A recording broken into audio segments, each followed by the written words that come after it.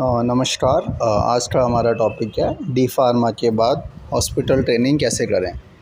तो D pharma जब आपका सेकेंड ईयर कंप्लीट हो जाता है, उसके एग्ज़ाम हो जाते हैं या आपने एग्ज़ाम पास आउट हो गए हैं, तो उसके बाद आपको एक 500 आवर्स की हॉस्पिटल ट्रेनिंग करनी होती है, जो कि मैंडेटरी है। पीसीआई ने उसको मैंडेटरी किया हुआ है, उसके बिना आपका रजिस्ट्रेशन नहीं होगा। ठीक है।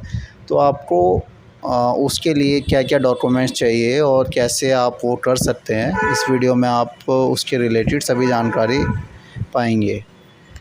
तो सबसे पहले जब आपका एग्ज़ाम्स कंप्लीट हो जाते हैं और आपका रिज़ल्ट अवेटेड है या आपका रिज़ल्ट भी आ चुका है, उसके बाद आपको ट्रेनिंग करनी है। तो सबसे पहले आपको एक अपने near by hospital find out करना है, गवर्नमेंट हॉस्पिटल। तो आपको वहाँ पर जाना है और उनसे पता करना है कि वैकेंसी ट्रेनिंग के लिए है कि नहीं है। तो मोस्टली हॉस्पिटल्स में, गवर्नमेंट हॉस्पिटल्स में वैकेंसी रहती है। ठीक है। उनको तो स्टूडेंट्स चाहिए ताकि प्रॉपर फार्मेसी हैंडल हो सके। वर्कलोड इतना ज़्यादा होता है तो उनको स्टूडेंट्स मिल रहे हैं, अच्छी बात है। तो आपको वहाँ पर जाना है, पता करना है। मोस्टली हॉस्पिटल्स में रहता है। अगर जब नहीं होगा तो आपको वो 1-2 महीने के बाद बुला लेंगे। वो आपसे बोलेंगे कि आप अपने डॉक्यूमेंट सबमिट कर दीजिए। आप जैसे ही वैकेंसी होगी हम आपको कॉल कर लेंगे, आप जॉइन कर सकते हैं।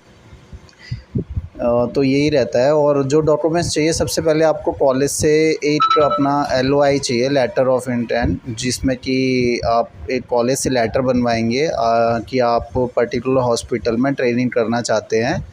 आपका कॉलेज इशू करेगा आपके नाम से कि ये स्टूडेंट है, हमारे यहाँ से पास आउट है और इसका डी फार्मा कंप्लीट हो चुका है, तो अब इसको प्रैक्टिकल ट्रेनिंग करनी है, तो आप प्लीज़ इसको अलाउ कर दीजिए। तो वो लेटर आप कॉलेज से बनवा लीजिए। उस लेटर के बाद आप जहाँ भी हॉस्पिटल में, जिस भी हॉस्पिटल में करना चाहते हैं, डिस्पेंसरी में करना चाहते हैं, हॉस्पिटल में करना चाहते हैं, तो आप वहाँ पे उसको सबमिट कर दीजिए। उसके साथ एक एनेक्जर फॉर्म भी आपको मिलेगा, कॉन्ट्रैक्ट फॉर्म भी होता है जिसको बोलते हैं। तो एनेक्जर फॉर्म बेसिकली जिसमें 5 पार्ट होते हैं। पहला पार्ट कॉलेज आपको फिल करके दे देगा कि ये स्टूडेंट है XYZ, इसने यहाँ से डी फार्मा कंप्लीट किया है और प्लीज़ आप इसको अलाउ करिए 500 आवर्स की प्रैक्टिकल ट्रेनिंग के लिए अपने हॉस्पिटल में। तो एनेक्जर का काम तो मेनली बात का होता है। उसके बाद ही आपको जब आपकी कंप्लीट हो जाएगी ट्रेनिंग हॉस्पिटल में 500 आवर्स की, उसके बाद आपको हॉस्पिटल उसको अपना स्टैंप लगा के आपको इशू कर देगा। तो उसकी 3 कॉपियाँ होती है। एक कॉपी आपके हॉस्पिटल में जमा हो जाएगी जहाँ से आप ट्रेनिंग कर रहे हैं, एक कॉपी आपके कॉलेज में जब सबमिट हो जाएगी और एक कॉपी आपके पास रह जाएगी, जो कि आपके पास प्रूफ रहेगा कि आपने ट्रेनिंग करी है पर्टिकुलर हॉस्पिटल से। तो रजिस्ट्रेशन के टाइम आपको उस पर रिक्वायरमेंट पड़ेगी। तो यही है, डॉक्यूमेंट्स यही है। आप ये दोनों डॉक्यूमेंट्स लेके आप किसी भी नियर बाय हॉस्पिटल में जाइए, अपने सरकारी हॉस्पिटल्स में, वहाँ पे पता करिए वैकेंसी है तो आप एक एप्लीकेशन लिखिए CMO के नाम से कि आपने डी फार्मा यहाँ से किया है, आप हॉस्पिटल में प्रैक्टिकल ट्रेनिंग करना चाहते हैं डी फार्मा के बाद, तो वो आपको अलाउ करें। उसके बाद एप्लीकेशन के साथ अपना एक जो लेटर आपको कॉलेज से मिला है उसकी कॉपी अटैच कर दीजिए और अपने डॉक्यूमेंट्स अटैच कर दिए, उसकी फ़ोटोकॉपी, लाइक मार्कशीट। अगर आपके पास मार्कशीट आ गई है फर्स्ट ईयर की है तो फर्स्ट ईयर की, सेकेंड ईयर की अगर रिज़ल्ट आ गया है तो रिज़ल्ट वो अटैच कर दीजिए। नहीं है तो भी कोई इशू नहीं है। उसके बाद आप सबमिट कर दीजिए। जैसे ही वैकेंसी होगी हॉस्पिटल में, वो आपको कॉल करेंगे।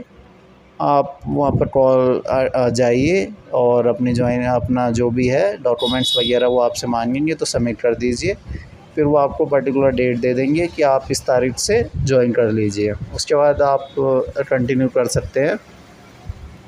और 500 आवर्स की होती है मोस्टली। अगर 6 आवर्स पर डे कर रहे हैं तो 3 मंथ्स में आपकी कंप्लीट हो जाएगी। जो PCI की गाइडलाइन है उसमें 500 आवर्स स्प्रेड ओवर 3 मंथ्स, मतलब 500 घंटे की ट्रेनिंग करनी है आपको, जो कि 3 महीने के दौरान कंप्लीट होनी चाहिए, उससे पहले नहीं होनी चाहिए। ठीक है।